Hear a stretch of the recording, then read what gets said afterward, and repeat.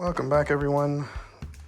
As you can see, I'm inside, and from my teaser video, I have prepared the lab.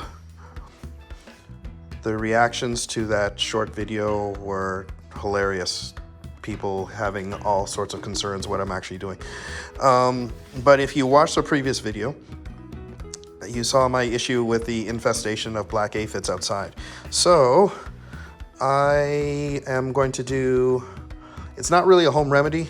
It's brewed up at home, but it's a pesticide deterrent, let's say. It uses natural ingredients, so it's nothing harsh. Don't be confused by or intimidated by some of the stuff you see here. This is just me doing my own thing in the way that I should. So the black aphids, hold on a sec, I just want to make sure that, I think I boiled this. Yes, because I'm going to need some warm water or hot water. I'm going to use a concoction that's kind of common. It involves using neem oil. You can get the stuff online. I think it's relatively cheap for the amount that you get because you're not going to be using this in like gallon quantities. Actually, I guess it depends on the size of your vegetable garden, but because of the size that I have, I think this was 20 something. I'll list all the stuff that I got from Amazon in the description below. And yeah, so you'll see the prices. I believe it's 20 something. It's for 32 ounces. Let's see, 32 ounces, almost a liter. That's going to be more than enough for my applications. So what I'm going to do is a mixture that you can spray on your vegetables to deter aphids and other bugs as well. And it's a combination of the neem oil, which like I said, is a natural extract of a tree or tree bark or tree root. Do your research. you can go online and find out what it's the extract comes from. It's a natural source. So the neem oil and dish soap. Because I am who I am and I'm kind of pissed off with the aphids, I'm also mixing in a little bit of insecticidal soap, which is kind of the same thing that I'm doing here. It uses a different natural chemical that comes from the how do you pronounce it? Chrysanthemum flower. And it's mixed with soap and it's bottled into a spray.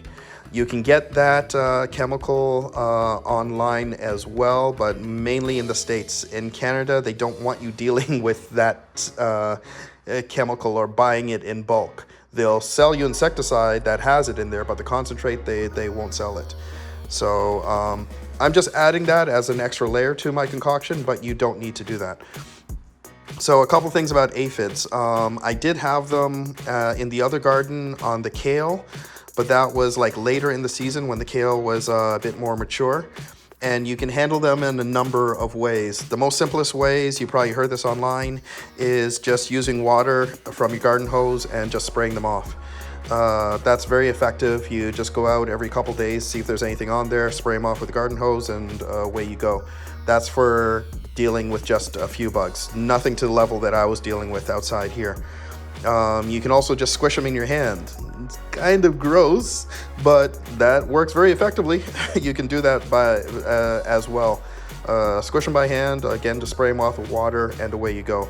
For what I was dealing with here, I think I need to go with a little bit more extreme. And this is kind of my first time using pesticide chemicals on the plants. I'm used to just letting them grow. I haven't had any issues, but I wasn't in the environment that I am here. So I think because of where I am, that's why I'm being attacked a lot more than living in the suburbs. So I decided to go with the spray. The spray is a pretty simple combination, like I said, neem oil, warm water, and dish soap. So it's about a teaspoon or 5 milliliters of the neem oil and about 2 to 4 milliliters of the dish soap. Mix that together and put it in some warm water. And the amount of water is 1 liter or 1,000 milliliters, as we can see over here. So about that much. And then you put it in a spray bottle, something like this. Once again, these came from the dollar store. And you just shake it up and you spray it directly onto the plants. If it gets onto the bugs, it affects the coating on their body, and they don't like that, and they will eventually die.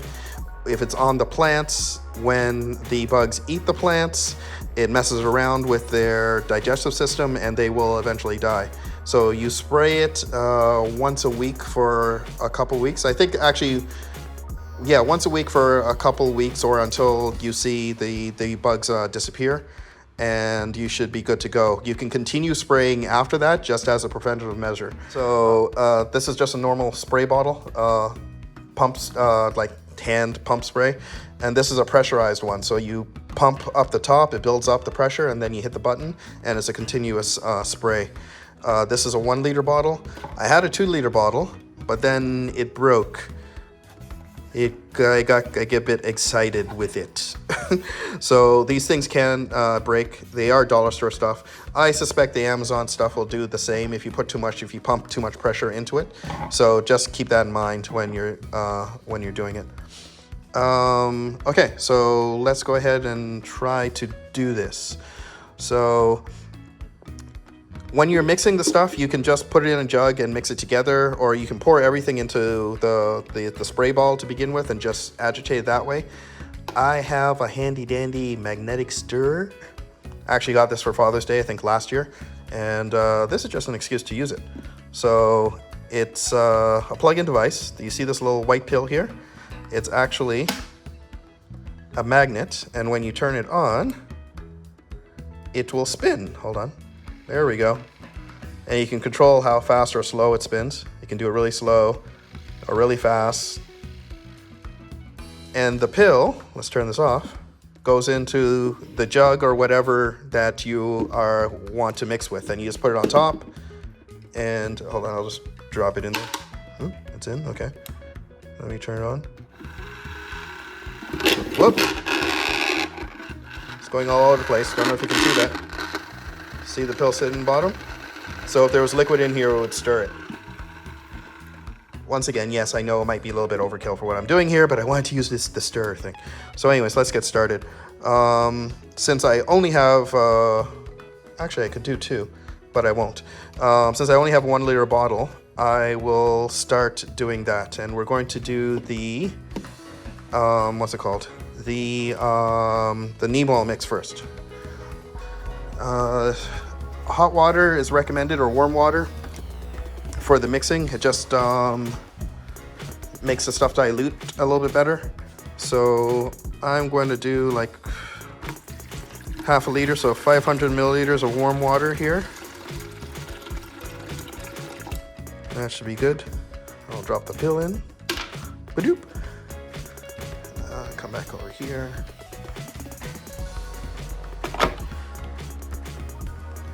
And I'll get this started.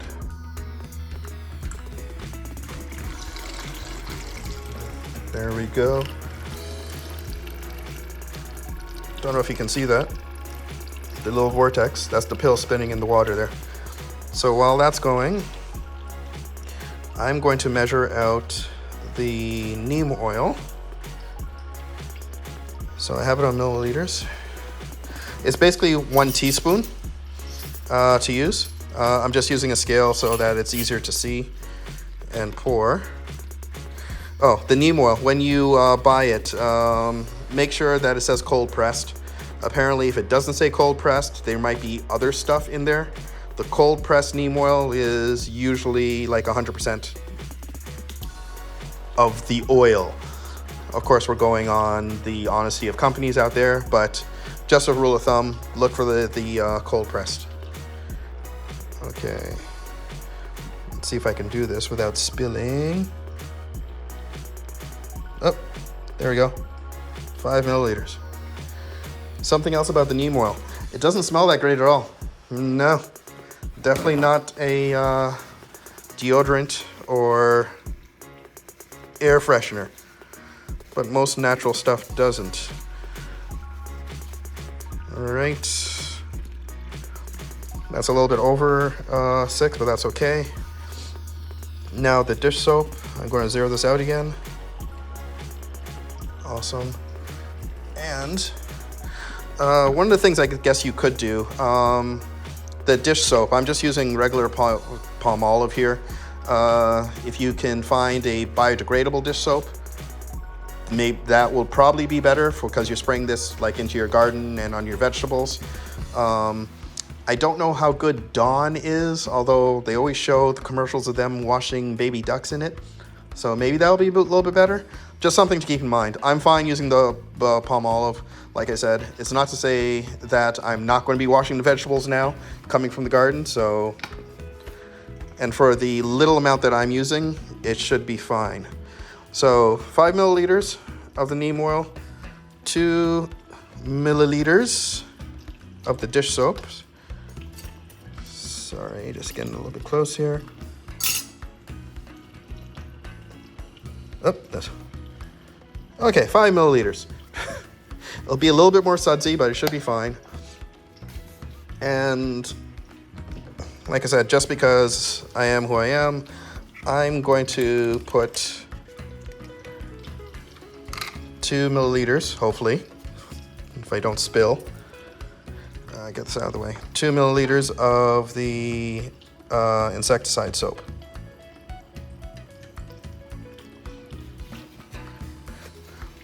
Now, once again, this stuff is pretty much the same as what I'm mixing. There might be other things in there that will help kill the bugs, and that's the only reason I'm putting that in there. Because, yeah. So once that is all together, I can turn this off now. I'm just going to mix this up here. My little spoon. Give it a little swirl. Sorry about the camera shake. I'm using a new rig to do this, so I can use 2 hands. Awesome. And then just going to add it to the warm water that's been spinning here. Once again, you don't need a stir like what I'm doing here with the chemical lab stir. You can put this all into the spray bottle and just agitate the bottle and you should be fine.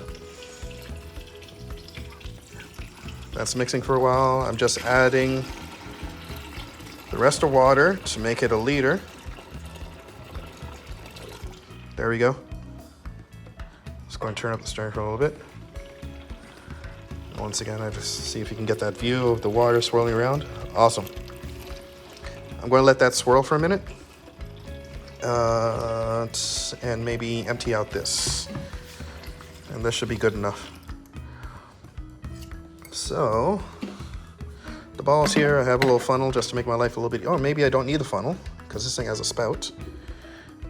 And we're just going to pour the whole thing in. Now this is oil and water and soap. So if you don't use all the spray at once, which most likely you're not, when you go back to use it, it's going to separate. So just shake up the bottle before you use it or as you're using it, and you should be good to go. Is the pill inside? Awesome, the pill is inside. I think I'm just going to add a little bit more water to this. It's very questionable, the measurements on these bottles, because this said 1,000 milliliters, which would be a liter, but the bottle, it was under that. I'm going to go with the jug because the jug is supposed to be like a chem lab mixing jug, so they're supposed to be pretty accurate. But whatever, as long as you have the 5 milliliters of the neem oil, 2 milliliters of the soap, and roughly a liter of the water, your mix should be good to go. I just want to make sure this is on properly, otherwise it's going to explode or not pressurize when I go to pump it. Ah, come on. moist. Let's see. It'll pressurize. Sorry about the shaking of the camera, but I need to test. There we go. And then you have continuous spray. So that's all there is to the neem oil. Like I said, use it about once every week to spray directly on the plants. If there's aphids there, you can spray directly there. Try to do it either in the morning or the evening so that it has time to have effect, and you should see a difference over the course of a week. I have seen videos, and someone has pointed out that they're saying not to use neem oil. The video that I watched, they were claiming that there was no solid evidence that's any better than just soap and water. I've actually heard of a report where they were, like it was a scientific report. I have to find where I saw that, where they actually did say that there was a noticeable difference. But once again, it's your garden. Do what feels right to you. If you don't want to spend on the neem oil, don't. If you've used neem oil in the past and has worked for you, awesome. This is my first time trying it. If I see results, then most likely I'll keep on using it. If not, then I might try just the soap and water. But from what I'm hearing, majority of the people that says not to use neem oil is mainly for the cost, and they're saying soap and water works just as well. So that's something to keep in mind too. If you're having problems with the aphids, try the cheapest thing first. Well, the cheapest thing first is just to squish with your fingers or just use a garden hose. If you has to come to the point where you're spraying, just try a little bit of detergent, dishwashing detergent in warm water. If you're just using the dishwashing detergent, that's about 5 milliliters of dishwashing detergent, or 1 teaspoon to 1 liter of water, and you should be good to go. The next thing that I'm going to do is show you how to make a spray to use on your tomatoes. It's called ASA Spray. It's based on the active ingredient in aspirin, which I'm not going to try to pronounce. I'll probably do it as a pop-up someplace. And it helps your tomatoes improve their immune system. Give me one quick second as I kind of clean up, and then I'll be right back. Okay, we're back. I've kind of cleaned up a bit. Let me move some of this stuff out of the way. Okay, aspirin spray. Awesome stuff. It's sprayed on your tomato plants once they start to push out flowers. So once you start seeing flowers develop on your tomato plant, you use this spray and you spray all over the plant, from the stem at the stalk at the bottom all the way up, making sure you cover as much of the leaves as possible, as well as the underside. Immune response into tomatoes, and what happens is it's a defense response. So the leaves get a little bit thicker and a bit more leathery.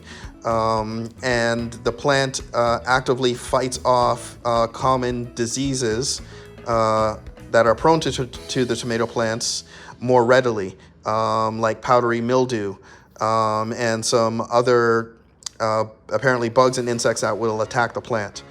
I tried this on the tomatoes I grew last year, and it seemed to work for me. And it worked enough that I noticed a difference when I stopped. Close to the end of the year, I stopped spraying with the spray, and almost immediately, within a week and a half, 2 weeks, powdery mildew started to really build up on the plants and all that stuff, where it was absolutely clear before. So it's a great thing. I think it's a great thing. It seems to work really well. The tomato plants were really healthy. I didn't have any problems with anything with the fruits or anything like that. I did notice the leaves getting like thicker over time, and like I said, it seemed to keep away the pests that typically, or the problems that you would typically run into with it. When you use the aspirin, you have to make sure that it's actually the pills and not the capsules. The pills like this. The capsules have a coating on it, and that's going to cause problems in your sprayer. Because what you do is you take a tablet, you crush it, you mix it with warm water, you put it in a sprayer, and away you go. You spray your plants. So the recipe is basically 325 or 326. I think this is 325 milligrams aspirin, plain aspirin tablet to 1 liter of water. Okay, while editing, I noticed I made a mistake there with the calculations. The original recipe, if you want to call it that, is supposed to be 326 milligrams, which is 1 tablet of the aspirin, to 4 liters of water. I mistakenly said 1 liter there.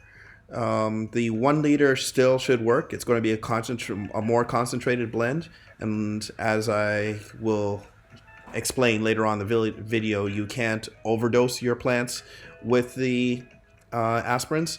But I just wanted to make clear that the original recipe is 1 326 milligram tablet of aspirin to 4 liters of water.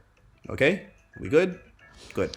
I believe last year I was using this big jug, and I believe last year I was using this big jug. So of course I doubled the dosage. From everything that I've read, because this is a 2-liter bottle, that's why I doubled the dosage. From everything that I've read, you can't overdose your tomatoes. You're not going to get the tomatoes hooked on any kind of drugs, and they're going to get all twitchy or any nonsense like that. You can't overdose your tomatoes with the aspirin. As long as they are being sprayed by the aspirin, it will continue that immune response in the tomatoes. And it doesn't matter the amount of milligrams that it's being sprayed with, apparently. I've only done, the highest I've done before, I think, is 2 tablets to 1 liter of water. And there wasn't any, ill effects from that. So let's go ahead and do that now. I was going to put, what am I doing, 1 liter? Yes. I was going to put the pill in a bag and then mash it with the mallet, but that might be too much noise.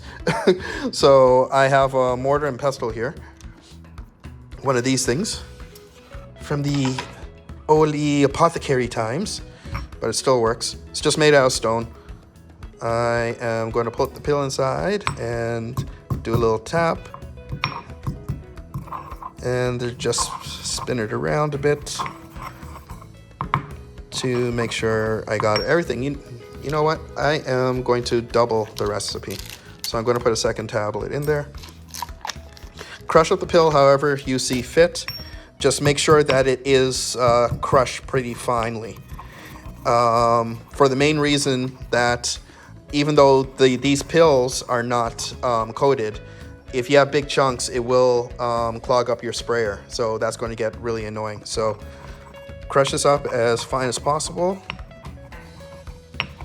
I think that's good.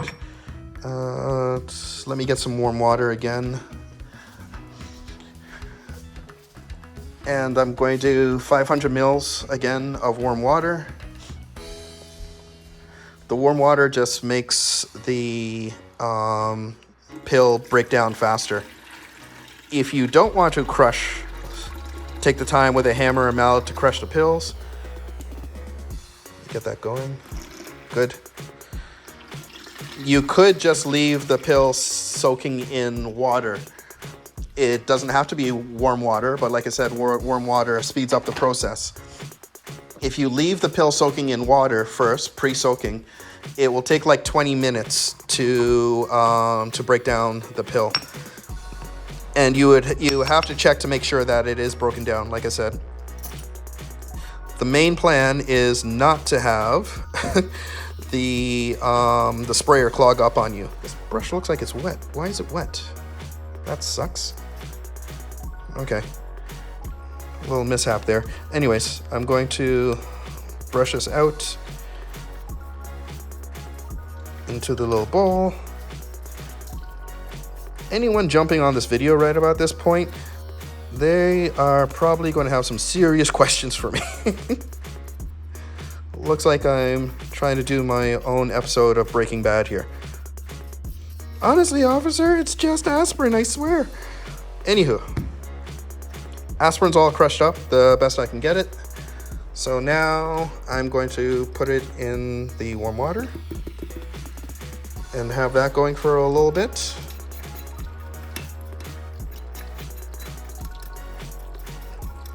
There we go. And this water isn't as warm as I would like it, so I am going to leave this going for about 5 minutes. So I'm going to do some editing, and when this is finished spinning for 5 minutes, we're going to put the rest of the water in and put it in the sprayer. Okay, we're back. It's been about 5 minutes. That looks pretty clear. I'm going to turn that off and take a look. That water looks pretty clear to me. So I'd say 99% of the aspirin now should have been mixed out. There's a little bit of residue at the bottom, but that should be good enough. It should be okay. So now we're just going to take this and pour this back into the bottle. Very careful, trying not to spill.